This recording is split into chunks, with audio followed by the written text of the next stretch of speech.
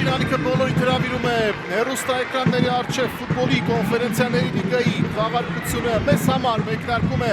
առաջինը պայքարի մեջ մտնում է Երևանի Ուրարտուն Հայաստանի բրոնզե մեդալակիրը եւ մեր թիմի մրցակիցը Բելարուսի գործող գավաթակիր Նեմանն է, գործող փոխ-չեմպիոնը։ Սա Նեմանի առաջին այցն է Հայաստան, մենք բազմիցս հաղավոր մարշի ղեկավարությամբ է սկսում իր նոր մրցաշրջանը, իհարկե շատ չի կա մրցաշրջանում, բայց մինչև այդ կենտրոնանանք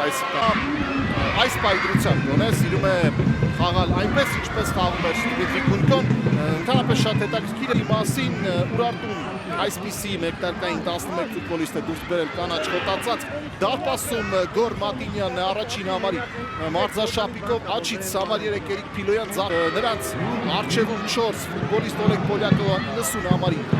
Ուրարտուն 17-րդ անգամ է մեկնարկ վերցնում Եվրագավաթներում ամենահաջող պատմությունը չունի հայկական թիմերի շարքում Ուրարտուն ընդամենը Սուչկով Փոխանցում դեպի Տուգանային հրապարակ չեն կարողանում հեռացնել գնդակ Ուրարտունի ֆուտբոլիստները Անկունային չկա, ոչ տեսեք ինքնապատկերը չկար Միշելն 30 համարով մանահարված ստացավ ոտքին, բայց խաղականուների խախտում չկար գրում է Նեմանը վտանգավոր է և 11 մետրը այսպես պատկերը և Դոկիմովը և Ցիմբայլուկը այո կարծես թե նպում կար ոտքին իման ստեղ այո կար 11 մետրականաբար նմակայությունում և նա պետք է հուսալ, որ Մատինյանը կտուկի կասուրիչ է Սավիցկի արվատ և Մատինյանը այսպես չի կարելի նա պետք է ավելի ուշադիր լինել Նեմանը հոգեբանորեն կարող է կճվել, դրանից պետք է փորձել օգտվել թե ինչ կլինի ցույց կտա ժամանակը Սիմոնյան Բակի ավելի ուշադիր է պետք լինել նմանատիպ դրվագներում գրկնում են վառ համակարգիչկա և մրցանը շատ հաճախ կարող է հավատալ ֆուտբոլիստերի գործողություններին վտանգավոր է նորից գրովում է Նեմանը և գնդակայություն դարպասում ամեն դեպքում Անտոն Սուչկովը բացում է ծամիաշին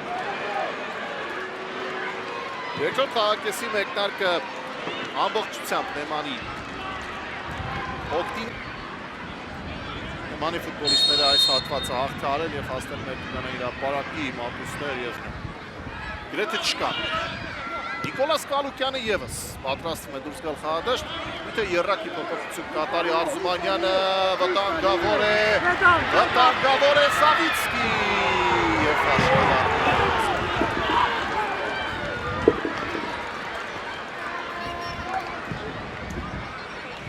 Սա արդեն շատ մի րոպեմ թիմը քանդվեց Սավիցկին գոլ չխփեց 11 մետրից իսկ չկար այստեղ խաղ հետաքրքիր է Ցիմբայլուկի հետ պայքար դարձյալ Ցիմբայլուկը ոչ ամեն դեպքում այսպիսի իրավիճակներով Ուրանային հարված չեն նշանակում և վարպետորեն Սավիցկին դակ ուղարկեց դարպասային գծից այն Տինյան փոխանցում առաջ Գունկո շատ լավ փոխեց գրոյի ուղղությունը Կալուկյան Ռունո Միշել բարձից փոխանցում Յակովլև Վարնաշկովի ոչ նավեց դեսվիճը